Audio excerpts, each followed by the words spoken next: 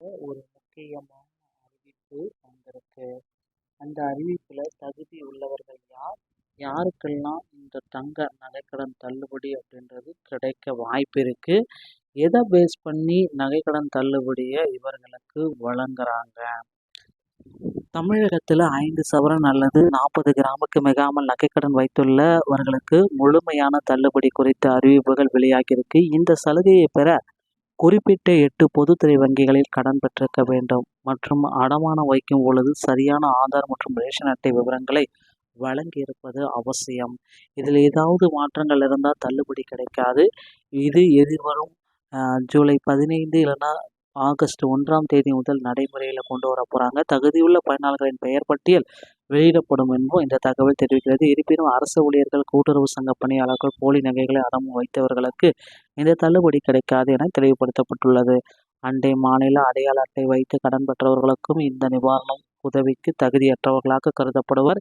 இலங்கை தமிழர் மற்றும் குடும்ப ஓய்வூதியர்களுக்கு சுமார் 1.5% கடன் தள்ளுபடி கிடைக்கும். ஸோ வரக்கூடிய ஜூலை 1 ஆகஸ்ட் 1லேருந்து இந்த தள்ளுபடியை கொடுக்க போகிறாங்க. ஸோ கண்டிப்பாக 100% தள்ளுபடி, தகுதியான அனைவருக்குமே 100% நகைக்கடன் தள்ளுபடி உறுதி செய்யப்படும். இதில் பார்த்திங்கன்னா முதல் குறிக்கோள்னா 40 கிராம், அதாவது 5 சவரன். 41 கிராம் இருந்தால் கூட உங்களுக்கு தள்ளுபடி கிடைக்காதுங்க. ஸோ டாக்குமெண்ட் அப்படின்னு நம்ம பார்க்குறப்ப எடை வரம்பு, அங்கீகரிக்கப்பட்ட வங்கி, சரியான ஆவணங்கள், விதிவிலக்குகள் இல்லை. இது எதுவுமே இல்லை அப்படின்னா உங்களுக்கு தகுதியே கிடையாது. உங்களுக்கு நகைக்கடன் தள்ளுபடியில் உங்களை ரிஜெக்ட் பண்ணிட்டோன்னு சொல்லிடுவாங்க. உங்கள் நகை எடை 5 சவரனுக்கு உட்பட்டு இருக்க வேண்டும். சிறப்பு எக்ஸ்க்ளூசிவான பீப்புள்ஸ் அப்படின்னா இந்த இதில் இலங்கை வாழ் தமிழர்கள், குடும்ப ஓய்வூதியர்கள், குடும்ப அட்டைதாரர்கள்.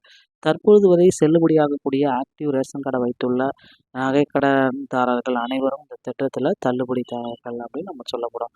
கடன் பெறப்பட்ட வங்கி நிறுவனங்கள், ஸோ 8 பொதுத்துறை வங்கிகளில் இந்த கடன்கள் உங்களுக்கு கிடைக்கும் அப்படின்றத குறிப்பிட்டு சொல்லிக்கிறாங்க. ஸோ வேலைவாய்ப்பு கட்டுப்பாடுகள் அனைத்து அரசு ஊழியர்கள் கிடையாது. அரசு சங்கங்களில் பணியாற்றும் ஊழியர்கள் கிடையாது. நிர்வாக குழு உறுப்பினர்கள் அவரதும் குடும்பத்தினருக்கும் கிடையாது. தவறான நடவடிக்கை, கவரிங் அல்லது போலி நகைகளை வைத்து கடன் பெற்றிருந்தால் உங்களுக்கு கிடையாது. நகைக்கடனை ஏற்கனவே முழுமையாக செலுத்த தொடர்ந்துச்சிங்க அப்படின்னா உங்களுக்கு கிடையாதுங்க. ஸோ இது எடை வரம்பு 40 கிராமுக்கு மேலே இருந்தாலும் உங்களுக்கு கடன் தொகை கிடையாது.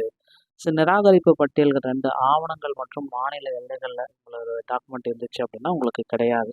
வெளி மாநிலத்தை சேர்ந்தவராக இருந்தாலும் உங்களுக்கு கிடையாது. கடன் பெறும் பொழுது ரேஷன் கார்டு எண், ஆதார் எண் வழங்காமல் இருந்தாலோ, தவறான எண்களை வழங்கியிருந்தாலும் தள்ளுபடி உங்களுக்கு நிச்சயமாக போயிடும் அப்படின்றத சொல்கிறாங்க.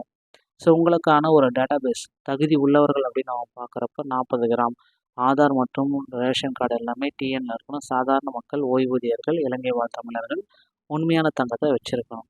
41 கிராம் இருந்தாலும் தள்ளுபடி போயிடுச்சு. தவறான எண்கள் கொடுத்தாலும் தள்ளுபடி கிடையாது. அரசு கூட்டுறவு ஊழியர்கள் அவர்கள் குடும்பத்தினருக்கும் தள்ளுபடி கிடையாது.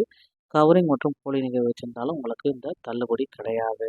ஸோ அடுத்த கட்ட நடவடிக்கை என்னவாக இருக்கும் அப்படின்னு பார்த்தீங்கன்னா, ஸோ வரக்கூடிய ஆகஸ்ட் 1லேருந்து இந்த தள்ளுபடியை நிறைவேற்ற போகிறாங்க. ஒரு அரசாணை வந்துடும். யாருக்கெல்லாம் தள்ளுபடி வழங்கப்படும் என்ற முழுமையான பயனாளிகளின் பட்டியல் வெளியிட போகிறாங்க. அதில் பார்த்தீங்கன்னா உங்களுடைய பெயர் இருக்கான்றதை செக் பண்ணிக்கலாம். அதிகாரப்பூர்வ அறிவிப்புகளுக்கு அரசு தரப்பு செய்திகளை கவனிச்சுக்கோங்க. இந்த ஒரு வீடியோ உங்களுக்கு பிடிச்சிருந்தா நம்முடைய சேனலோட இணைந்திருங்க. நன்றி, வணக்கம், தேங்க்யூ.